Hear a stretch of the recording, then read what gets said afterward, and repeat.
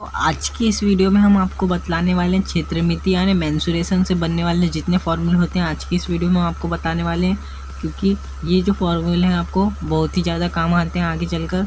किसी भी क्लास में हो आप 6, 7, 8 या 9 किसी भी क्लास में हो आपको ये जो फॉर्मूले हैं बहुत ही काम आते हैं। इसलिए आज की इस वीडियो में बहुत ही ऐसे बेसिक से फॉर्मूले बतलाने वाले हैं हम, जो आपके लिए बहुत ही काम के हैं।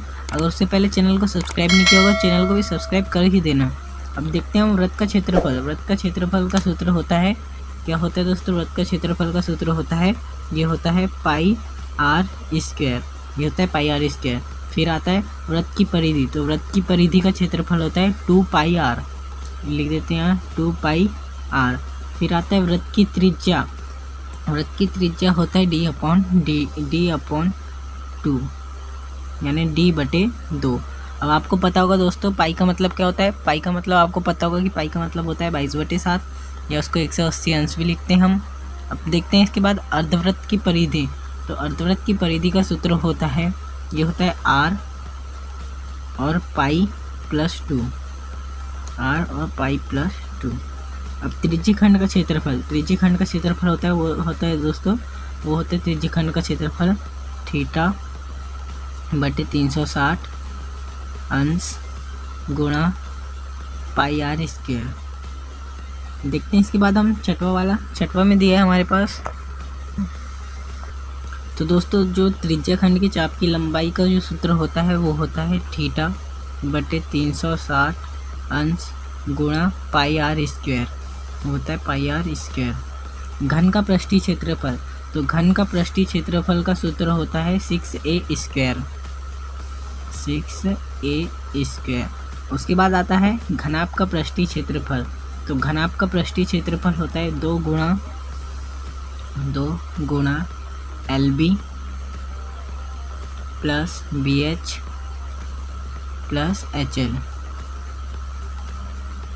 जहाँ पर L लंबाई है, B ब्रीथ है, H हाइट है और इसमें 2 का गुणा है। ये होता है घन का पृष्ठीय क्षेत्रफल।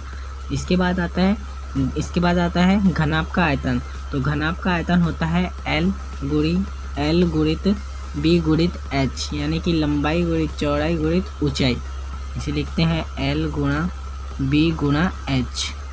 इसके बाद आता है घन का आयतन। तो घन का आयतन जो होता है वो होता है A का क्यूब। घन का आयतन होता है A का क्यूब यानी भुजा का क्यूब, यानी भुजा गुणित भुजा। उसके बाद आता है गोले का आयतन। तो गोले का आयतन का सूत्र होता है 4/3, यानी होता है ये होता है 4/3 पाई आर क्यूब। उसके बाद हमारे पास आता है शंकु का आयतन। शंकु का जो आयतन होता है वो होता है, उसका सूत्र 1/3 पाई आर स्क्वायर एच।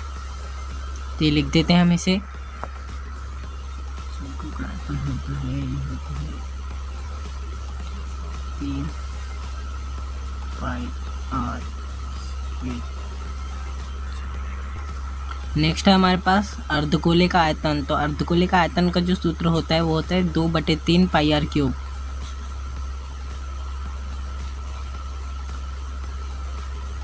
नेक्स्ट दिया है हमारे पास बेलन का आयतन। तो बेलन का आयतन का सूत्र होता है पाई आर स्क्वायर एच। उसके बाद हमारे पास नेक्स्ट दिया गया है 15 नंबर में शंकु का वृत्त पृष्ठीय क्षेत्रफल। शंकु का जो वृत्त पृष्ठीय क्षेत्रफल का सूत्र होता है वो होता है पाई आर एल। उसके बाद नेक्स्ट में हमारे पास शंकु का कुल पृष्ठीय। तो जो शंकु का कुल पृष्ठीय होता है वो होता है, शंकु का कुल पृष्ठीय क्षेत्रफल वो होता है पाई आर एल प्लस आर। उसके बाद दिया है 17 नंबर में गोले का पृष्ठीय क्षेत्रफल।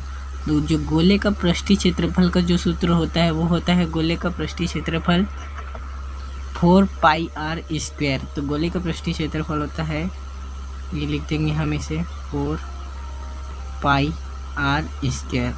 उसके बाद आता है अर्धगोले का वृत्त पृष्ठीय। तो अर्धगोले का वृत्त पृष्ठीय क्षेत्रफल होता है 2 पाई आर स्क्वायर। तो दोस्तों उम्मीद करते हैं कि आपको जितने भी फॉर्मूले हमने बतलाए हैं वो अच्छे से समझ आ गए होंगे। इसे आप अपनी कॉपी में एक जगह नोट कर लीजिएगा, ताकि आपको अगली बार ये जो फॉर्मूले हैं आगे आपको काम आए। चैनल पे अगर पहली बार होंगे चैनल को भी सब्सक्राइब कर देना, वीडियो अच्छी लगती है तो वीडियो को भी लाइक कर देना, ताकि ऐसी अगली वीडियो आपको हमारे चैनल पर मिलती रहे।